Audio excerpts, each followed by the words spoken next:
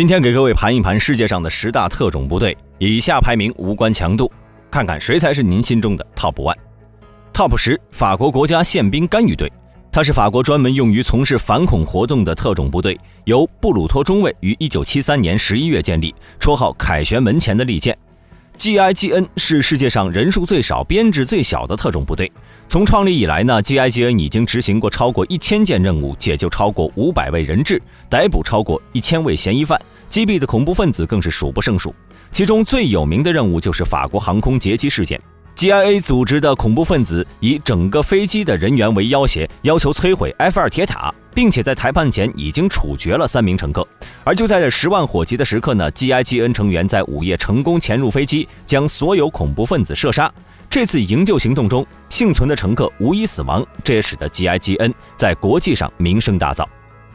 Top 9，德国 KSK 特种部队，它是最见多识广的特种部队，于1996年9月成立。在 KSK 刚建立的时候，德国军方就经常将 KSK 的队员送往其他盟国进行特种精英培训和联合演习。KSK 大约由1000名人员组成，他们有着将近1个师的武器装备，主要任务是获取战区情报，保护处在危险中的本军人员，疏散和抢救海外的德国人，解救人质等等。他们配备有世界上最先进的通讯设备，其中包括现代保密高频无线设备、卫星通讯设备、便携式电脑等等。其中他们所使用的凯夫拉头盔可以使队员在作战任务中通过喉部麦克风来进行战术协调。自从该部队建立以来，就一直在国际地区维和和反恐行动中频频出击，无论是在阿富汗还是在伊拉克，到处都有他们活动的痕迹。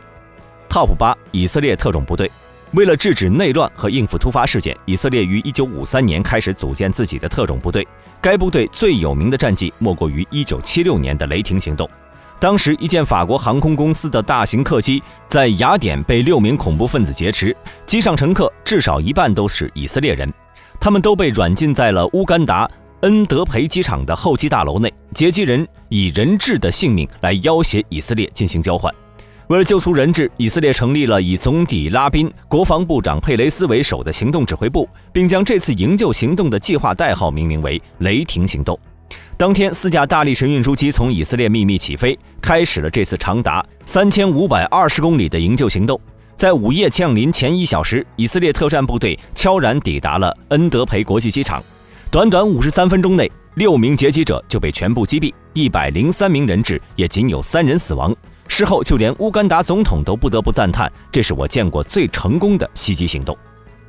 Top 7，俄罗斯信号旗特种部队，它是俄罗斯在国外专门进行解救人质和处理应急事件的特种部队，曾经隶属于大名鼎鼎的科克勃系统。该部队由前苏联海军少将瓦尔德科兹洛夫负责指挥，通常以班为单位进行活动，每个班人数从1到10不等。而且信号旗的队员选拔十分严格，主要从俄罗斯国家安全机关、空降兵、边防军中间遴选，一般在20个候选人里面才能选中1个。在服役的10年时间中，信号旗队员有5年都在训练中度过，剩下5年呢才会去执行任务。其中该部队最傲人的战绩是在1992年期间，10名信号旗队员在莫斯科地铁站内用了不到3分钟的时间就解决了14名武装暴徒，缴获了约100万美元的假美钞。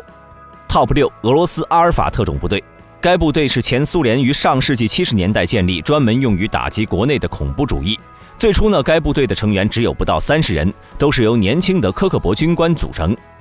该部队的战绩可谓是无比辉煌。1981年，在萨拉普尔市，2名恐怖分子冲进当地一所中学，以学生为人质向市长勒索。阿尔法小队在得到命令后立刻出动，第一时间就消灭了恐怖分子，所有的学生都被成功救出。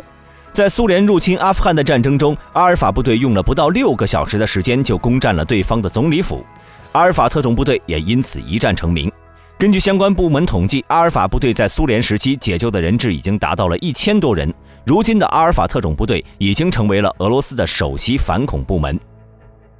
Top 5，澳大利亚特种空勤团。该部队的前身是在太平洋战争中在日军后方进行特种作战的澳军独立连。不仅如此，该部队成员还参加过越南战争。由于其成员个个身怀绝技，该部队又被敌人称为丛林之鬼。在长达10年的战争中， SARS 仅有1名队员阵亡。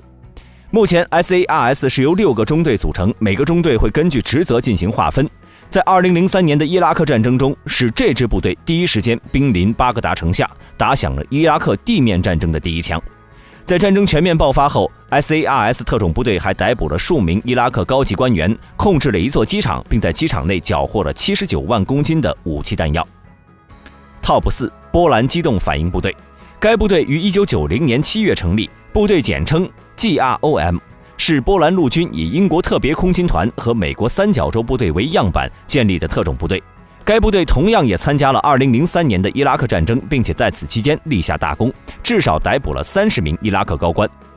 在乌木盖尔行动中， GROM 身穿蛙人潜水服，手持防水枪械，越过层层的水雷抵达目标油田，并且还配合美军狙击手，将在乌姆盖尔斯港口守卫油田的40多个伊拉克士兵全部击毙，整个过程不到10分钟。这次战争后，由于 GROM 出色的表现，英美两国将一大笔石油资源送给了波兰。Top 3美国海豹突击队，它是美国在应对局部战争和突发的事件的杀手锏。该部队成立于1962年，由于其主要是在夜间执行任务，因此部队成员的视力要求不亚于战斗机飞行员，并且该部队的军事训练被认为是世界上最严格的特别军事训练，在训练时还会使用真枪交火，淘汰率高达70%。该部队曾经在1989年和三角洲部队联合进攻巴拿马，并亲手打爆了诺列加总统的逃亡希望一架里尔式喷射机。在海湾战争期间，海豹突击队早在游曳在科威特海岸，仅6名成员就将大量的伊拉克军队吸引至海岸，让盟军的装甲部队毫不费力地就攻破了伊拉克的南方防线。Top 2英国特种空勤团，它是世界上第一支正规的特种作战力量，于1942年由大卫·斯特林组建。该部队可谓是现代特种作战战术的开创者，以能在短时间内准确而高效完成任务著称，是目前所有特种部队中任务完成率最高的。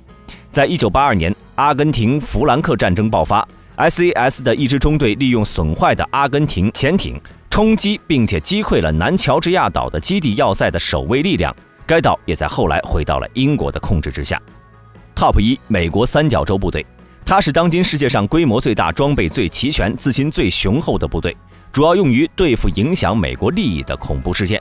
在该部队建立之初，几乎是完全仿照英国 SAS 特种部队的做法，着重培养个人的特点和潜力。在入门测试中，应征者要单独行动，背负25公斤重的装备，进入北卡罗来纳州的国家森林。在这里，应征者只能依靠一个指南针和一张地图，以最快速度到达指定地点。除此之外，该部队成员还能熟练掌握各种轻型武器装备和驾驶各种交通工具，例如货车、坦克、装甲车、大型运输机等。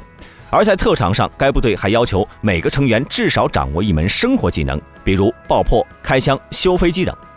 好了，本期视频到这里就结束了，喜欢的朋友可以点击下方的订阅按钮，我们下期再见。